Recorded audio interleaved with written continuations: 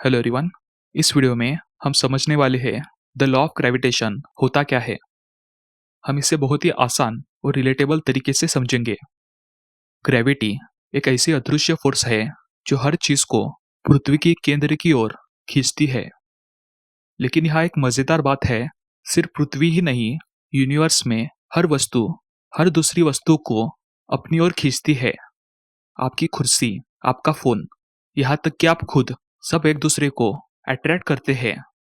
बस छोटे ऑब्जेक्ट्स के बीच ये फोर्स इतनी छोटी होती है कि हमें महसूस नहीं होती। अब मिलते हैं उस वैज्ञानिक से जिसने इस रहस्य को समझाया, सर इसैक न्यूटन। कहानी तो आपने सुनी ही होगी। एक दिन न्यूटन ने देखा कि एक पेड़ से सेब गिरा। उन्होंने सोचा, अगर सेब को पृथ्वी नीचे खींच रही है तो क्या वही फोर्स है जो चांद को भी पृथ्वी के चारों ओर घुमा रही है। और बस इसी सोच से जन्म हुआ the universal law of gravitation का। अब देखते हैं ये लॉ कहता क्या है। न्यूटन के अनुसार every object in the universe attracts every other object with a force which is directly proportional to the product of their masses and inversely proportional to the square of the distance between them। चलिए इसे आसान तरीके से समझते हैं। जितना मास ज्यादा उतनी ज्यादा ग्रेविटेशनल फोर्स, और जितना डिस्टेंस ज्यादा उतनी ही कम ग्रेविटेशनल फोर्स। सीधी भाषा में more mass equal to more attraction, more distance equal to less attraction.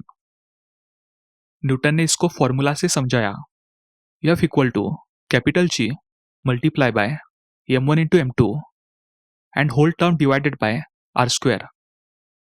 यहाँ F ये ग्रेविटेशनल फोर्स है, m1 और m2 ये दोनों ऑब्जेक्ट्स के मासेस है, स्मॉल r उनके बीच का डिस्टेंस है, और कैपिटल G एक ग्रेविटेशनल कांस्टेंट है जो एक फिक्स्ड वैल्यू होती है। लेकिन फॉर्मूला से ज्यादा जरूरी है उसका मतलब समझना। यूनिवर्स में हर चीज हर दूसरी चीज की ओर खींचती है, चाहे वो कितनी भी दूर क्यों ना हो। अब देखते हैं ये लॉ हमारे आसपास कैसे काम करता है।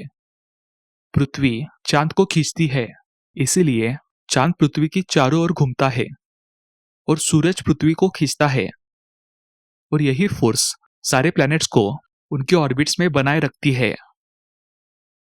अब सवाल आता है, अगर हर चीज हर दूसरी चीज को खींच रही है तो क्या पेंसिल और किताब भी एक दूसरे को अट्रैक्ट करती है? हाँ करती है, लेकिन उनका मास बहुत ही छोटा होता है, इसीलिए उनका ग्रेविटेशनल फोर्स बहुत कमजोर होता है और हमें वो महसूस नहीं होता। अब एक और इंटरेस्टिंग बात है, पृथ्वी की ग्रेविटी ही हमें वेट देती है। अगर ग्रेविटी न होती तो हम सब वेटलेस होते, जैसे एस्ट्रोनॉट स्पेस में होते हैं। इसीलिए चांद पर किसी वस्तु का वेट कम होता है, क्योंकि वहां की ग्रेविटी पृथ्वी से बहुत कमजोर है। तो चलिए जल्दी से रिवाइज करते हैं। ग्रेविटी एक यूनिवर्सल फोर्स है जो हर चीज पर काम करती है। इसका स्ट्रेंथ ऑब्जेक्ट के मास पर और डिस्टेंस पर निर्भर करता है। यही फोर्स प्लैनेट्स को ऑर्बिट में रखती है, हमें वेट देती है, और हर चीज को नीचे गिरने पर मजबूर करती है। अगर आपको ये वीडियो पसंद आया हो तो वीडियो को लाइक, शेयर और सब्सक्राइब करिए, और कमेंट्स में बताइए कि हमारी अगली वीडियो किस टॉपिक पर होनी चाहिए, जैसे कि फ्रिक्शन, फोर्स ऑफ मोशन या केपलर्स लॉ। फिर मिलते हैं अगले वीडियो में।